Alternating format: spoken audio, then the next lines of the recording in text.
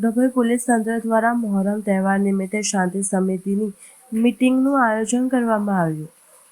Dabhoi police તંત્ર દ્વારા મોહરમ તહેવાર નિમિત્તે આજરોજ સાંજે 5 કલાકે શાંતિ સમિતિની મીટિંગ યોજવામાં આવી હતી, જેમાં પીઆઈ કેજે ઝાલાના અધ્યક્ષસ્થાને શાંતિ સમિતિની બેઠક યોજવામાં આવી હતી. આ પ્રસંગે પીઆઈ કેજે ઝાલાએ જણાવ્યું હતું કે કોઈપણ તહેવાર શાંતિપૂર્ણ માહોલમાં આનંદથી ઉજવવો જોઈએ અને કાયદો વ્યવસ્થા જળવાઈ રહે તે રીતે ઉજવવામાં આવે અને પોલીસ પ્રજાનો મિત્ર છે, તેમ પ્રજાએ પણ પોલીસને સાથ સહકાર આપવા શાંતિ સમિતિના તમામ સભ્યો અને રાજ્ય આયોજન મંડળને જણાવ્યું હતું. આ પ્રસંગે ડભોઈ પાલિકા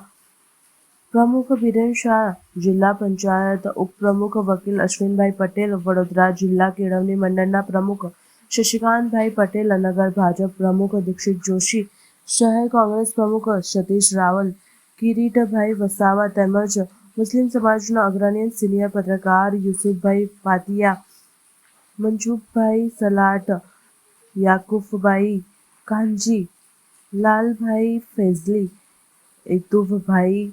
ખલીફા તેમજ તાજિયા કમિટીના આયોજકો અને મુસ્લિમ બિરાદરીવાળો મોટી સંખ્યામાં ઉપસ્થિત રહ્યા હતા.